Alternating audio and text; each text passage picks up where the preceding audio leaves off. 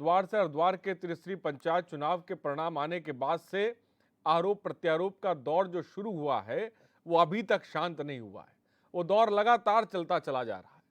बीते दिन बीजेपी ने जिला पंचायत अध्यक्ष, उपाध्यक्ष, ब्लॉक प्रमुखों के साथ अन्य सदस्यों को पद की शपथ ग्रहण करवाई। लेकिन अब बीजेपी की जीत पर विपक्ष ने फिर सवाल खड़े कर दिए हैं। कांग्रेस विधायक अनुपमा रावत ने बीजेपी पर आरोप लगाते हुए कहा कि बीजेपी ने पंचायत चुनाव में धनबल और बाहुबल का सहारा लेकर जीत हासिल की है। सत्ता का दुरुपयोग कर कांग्रेस के प्रत्याशियों की बार बार रिकाउंटिंग कराई गई है और जीते हुए प्रत्याशियों को हारा हुआ घोषित कर दिया गया।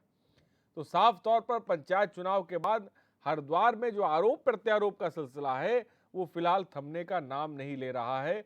और इन सबके बीच कांग्रेस विधायक अनुपमा रावत ने बीजेपी पर निशाना साधा है।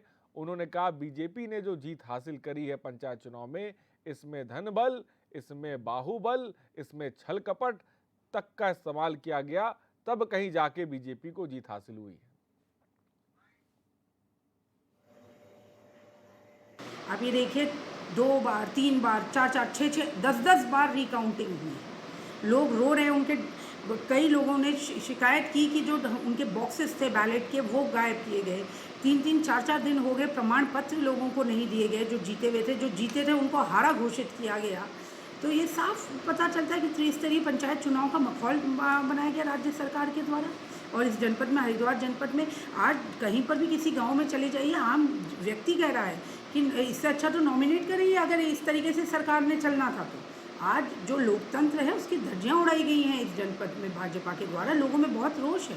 आप जनता के मैंडेट को इस तरीके से खिलवाड़ नहीं कर सकते, इस तरीके से नकार नहीं सकते। ऐसा लगा जैसे कि सत्ता बल का, धन बल का, बाहुबल का पूरा दुरुपयोग जो है इस चुनाव में किया गया। और सबसे ज़्यादा जो खेद है, दुख है, वो इस बात का है कि प्रशासन जो है, पुलिस जो है, एक कठपुतली बनकर जो है वो राज्य सरकार की। और मनोज कश्यप हमारे संवाददाता इस खबर पर अधिक जानकारी के साथ जुड़ गए। मनोज, हरिद्वार में पंचायत चुनाव का रिजल्ट आने के बाद से जो हम देख रहे हैं आरोप प्रत्यारोप का सिलसिला शुरू हुआ, वो अभी तक खत्म होने का नाम नहीं ले रहा है। जहां पर कांग्रेस बीजेपी पर धन बल का दुरुपयोग करने का साफ तौर पे आरोप लगा रही है। ये स्थिति आकर हरिद्वार में अभी तक क्यों बनी हुई है?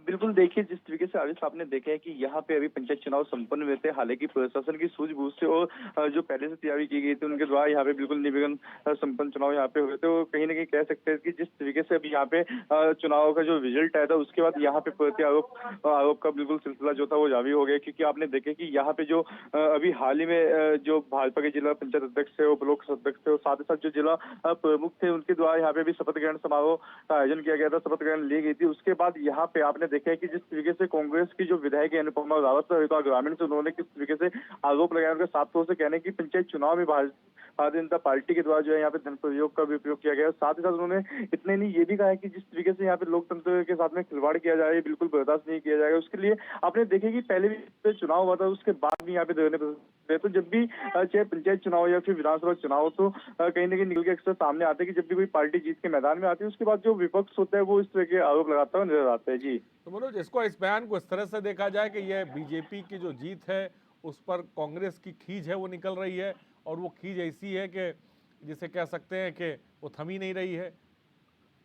अब बिल्कुल देखिए, आपको याद होगा अभी जिस तरीके से यहाँ पे सबसे पहले यहाँ पे विधानसभा चुनाव होने थे, तो विधानसभा चुनाव में कहीं ना कहीं भारतीय जनता पार्टी को एक बड़ा घाटा हरिद्वार से देखने के लिए मिला था। जिसके बाद यहाँ पे पंचायत चुनाव जब आए थे, सरकार के द्वारा यहाँ पे पंचायत चुनाव की घोषणा की गई थी, तभी से उसके बाद जो भारतीय जनता पार्टी थी यहाँ पे अपनी जीत के लिए यहाँ पे जो कार्यकर्ता थे उनको मूल मंत्र देते। सबसे पहले आपने देखे कि यहाँ पे चुनाव की घोषणा होती कैसे, भारतीय जनता पार्टी के जो बड़े नेता थे, जो भारतीय जनता पार्टी के जो प्रदेश अध्यक्ष थे, वो भी हरिद्वार पहुंचकर जो कार्यकर्ता थे, जो साथ ही साथ यहाँ पे पंचायत चुनाव की जो तैयारी कर रहे थे उनके साथ बैठक करेगी, किस तरीके से उनको जीत का मूल मंत्र यहाँ पे दे रहे थे। तो कहा जा सकता है कि जिस तरीके से भारतीय जनता पार्टी ने यहाँ पे पंचायत चुनाव को तैयारी की थी उसका रिजल्ट भी अब उनको मिला है। लेकिन कहीं ना कहीं कांग्रेस का साफ तौर से कहना है कि कुछ ऐसे प्रत्याशी थे जो जीत के मैदान में आए थे, कांग्रेस के जो प्रत्याशी थे, लेकिन कहीं ना कहीं भारतीय जनता पार्टी के लोगों के द्वारा, नेताओं के द्वारा उनको रिकाउंटिंग करा के उनको दोबारा से हराने का काम किया गया। कहीं ना कहीं यहाँ पे धन बल का भी प्रयोग किया गया है। तो तमाम चीजों को लेकर यहाँ पे कहीं ना कहीं जो कांग्रेस पार्टी है वो भारतीय जनता पार्टी के ऊपर लगाती हुई दिखाई दे रही है। जी लेकिन इन सब के बीच कांग्रेस विधायक अनुपमा रावत जिस तरह के बयान लगा रही हैं, क्या बीजेपी की तरफ से भी कोई बयान सामने निकल कर आ रहा है कि नहीं?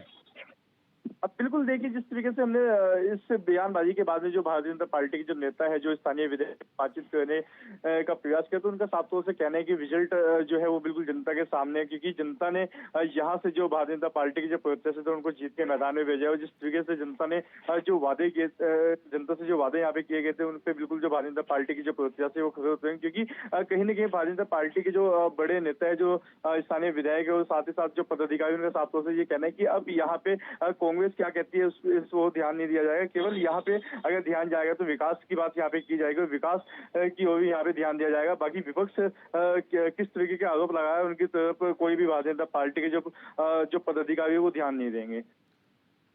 ठीक है, बहुत बहुत शुक्रिया मनोज हमसे जुड़ने के लिए और तमाम जानकारी देने के लिए। तो हरिद्वार में आरोप प्रत्यारोप का जो सिलसिला है वो थमने का नाम नहीं ले रहा है। एक तरफ कांग्रेस के विधायक है, दूसरी तरफ बीजेपी है, जिसका कहना है कि कांग्रेस के पास अब कुछ बचा नहीं है, लिहाजा वो अब इस